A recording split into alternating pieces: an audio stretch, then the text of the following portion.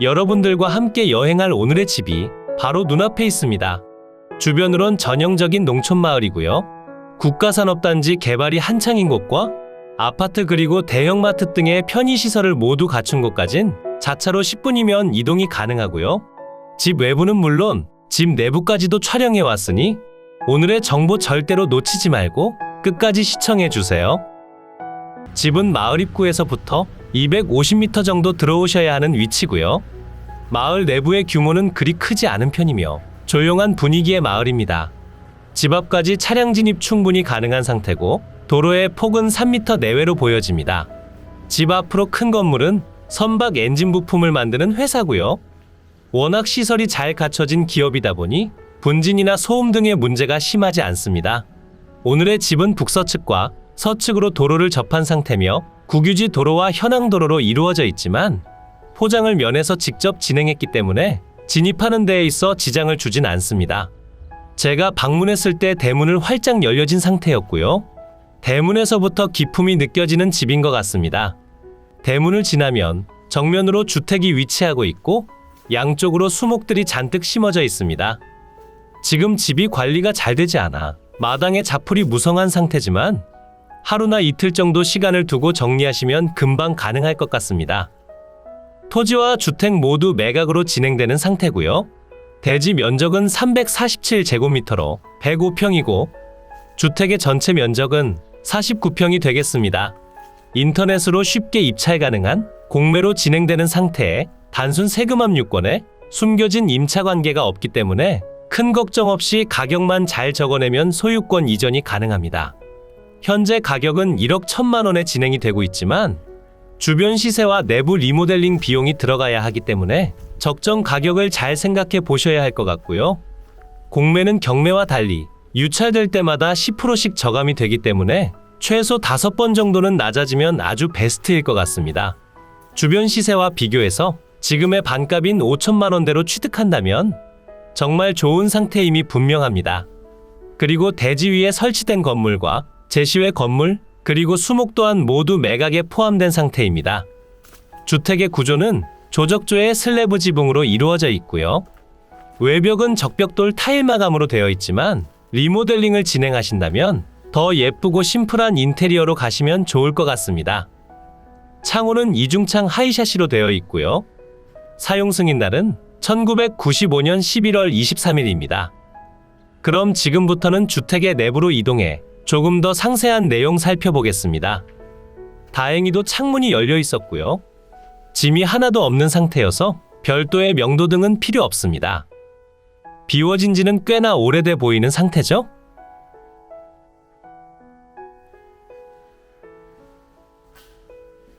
현관 쪽으론 타일 마감으로 되어 있고요. 예전 상태 그대로 남아 있습니다. 집은 현재 방 5개, 거실과 주방, 그리고 화장실, 보일러실로 이루어져 있습니다. 주방 시설도 생각보다 나쁘지 않은 상태였습니다. 주방의 왼쪽 편으로 방이 있는데요. 방 벽면에 곰팡이가 피어 있습니다. 그리고 주방의 안쪽으로 들어가시면 두 번째 방이 나옵니다. 두 번째 방 옆으로 세 번째 방이 있는 상태고요.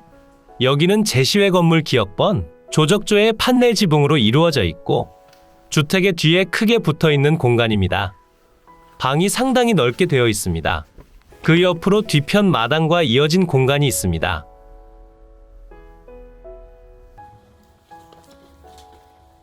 두 번째 방 안에 보일러실 공간이 있는데 유류 보일러를 사용 중이고요. 취사는 LPG 가스를 이용합니다. 그리고 다시 넓은 거실 공간을 지나오시면 네 번째 방이 있습니다. 네 번째 방과 5번째 방 사이에 욕실이 있고요. 욕실 상태가 참 좋은 것 같습니다. 그리고 마지막 5번째 방입니다. 여기도 곰팡이가 피어 있고요. 장기간 방치된 주택치곤 상태가 좋은 편으로 보여집니다. 내부 면적도 넓고 방치된 상태지만 집안에서 악취가 나지도 않았습니다. 리모델링만 조금 신경 써서 하신다면 취득 후 매도 차익도 생각해 볼 만한 집인 것 같습니다. 임장하러 가시게 되면 대지 경계면을 따라 나지막한 담벼락이 있으니 경계 확인은 어렵지 않게 가능합니다. 마당 정원도 잘 가꿔주기만 하면 아주 예쁜 상태가 될 것 같고요. 종합적으로 봤을 때 5천만 원대로 취득한다면 아주 좋은 상태는 맞는 것 같습니다. 그리고 다시 집 밖으로 나가 조금 더 살펴보게 되면 서측으로 접한 3m 폭의 도로가 있고요.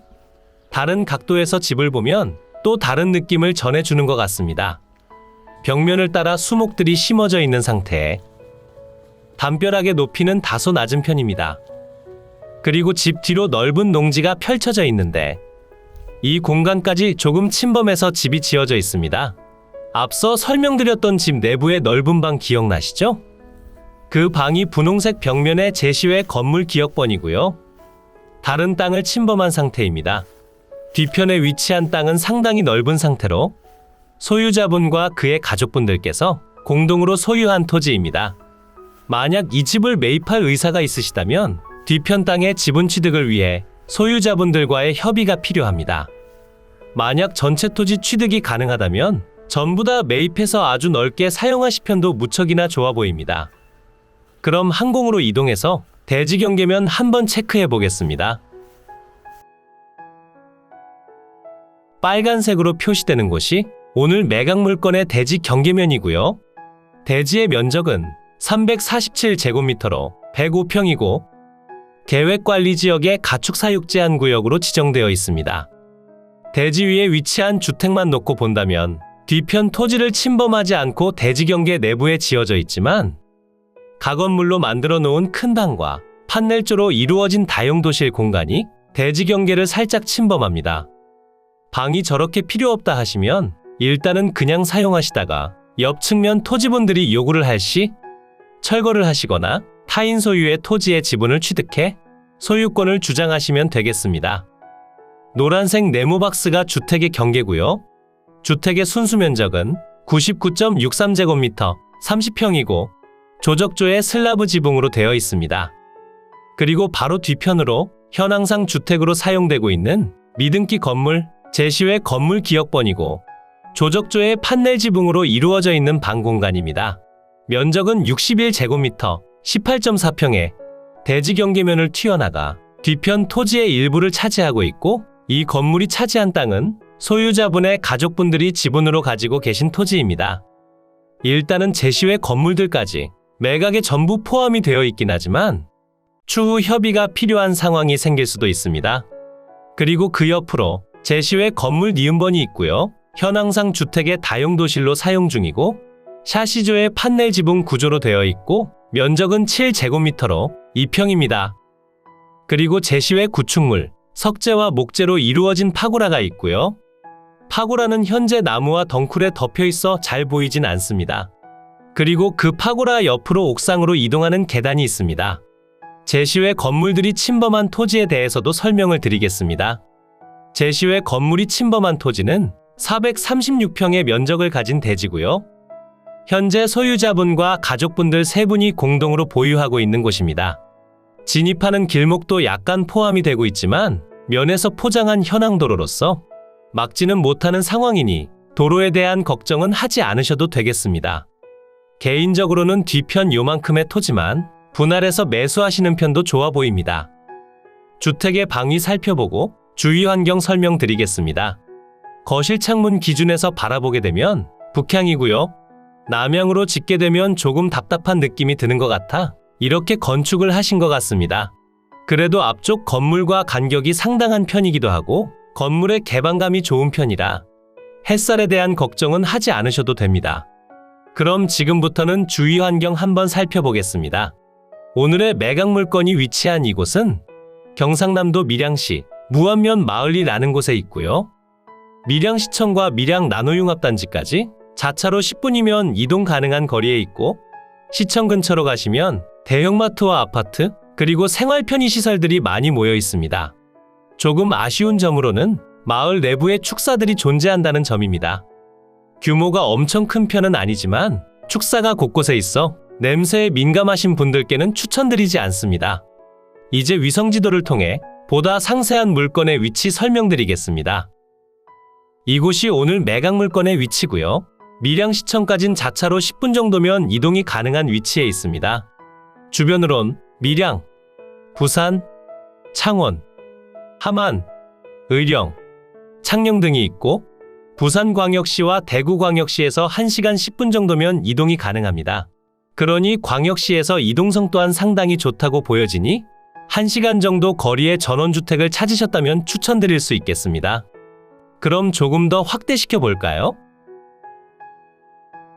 집 근처로 영산 IC와 밀양 IC가 있고요. 마을 내부의 인프라 시설은 부족한 편으로 10분 정도 이동하셔서 시청 근처를 이용하시면 됩니다.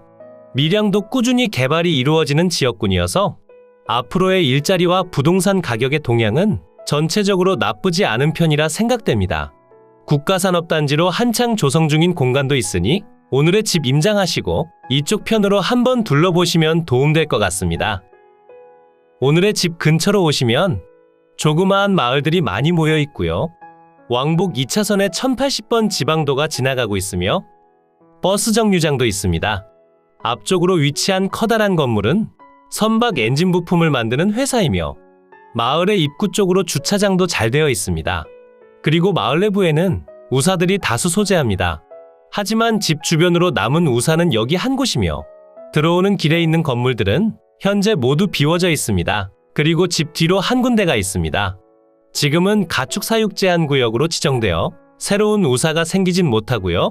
남은 농장들도 연로하신 분들이 운영 중이라 점점 사라지는 추세가 될 테지만 현재까진 남아있다는 점 생각해 주시면서 입찰하시면 됩니다. 집의 대지 경계면은 이런 모양이고요. 위성지도상으로 살짝 밀려있는 모습이고 지적도를 통해 보시면 제시외 건물을 제외하고 나머지 주택 부분은 대지 경계 내에 정확히 안착한 모습입니다. 그리고 바로 옆 제시외 건물이 침범한 토지는 이런 모양이고요. 현재 소유자분과 가족분들께서 공동으로 소유한 토지로 어느 정도의 협의가 필요할 것으로 예상됩니다. 그럼 지금부터는 매각 물건의 상세한 내용 설명드리겠습니다. 오늘은 공매로 진행되는 사건이고요. 물건 번호가 표시되고 있습니다.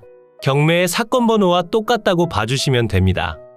물건이 위치한 곳은 경상남도 밀양시 무안면 마을리 992번지입니다.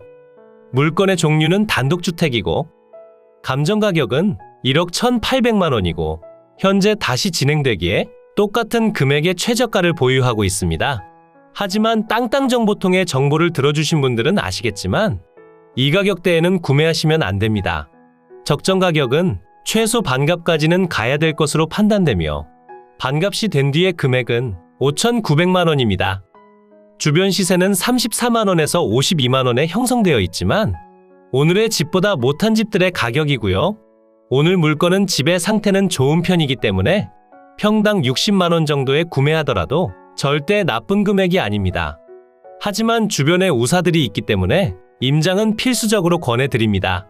입찰기일은 2023년 2월 6일 오전 10시부터 2월 8일 오후 5시까지 진행되고요.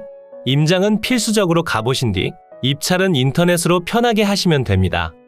그리고 제가 말씀드린 가격대까지 떨어진다면 2023년 3월 13일이 입찰기일이 되므로 시간은 넉넉합니다.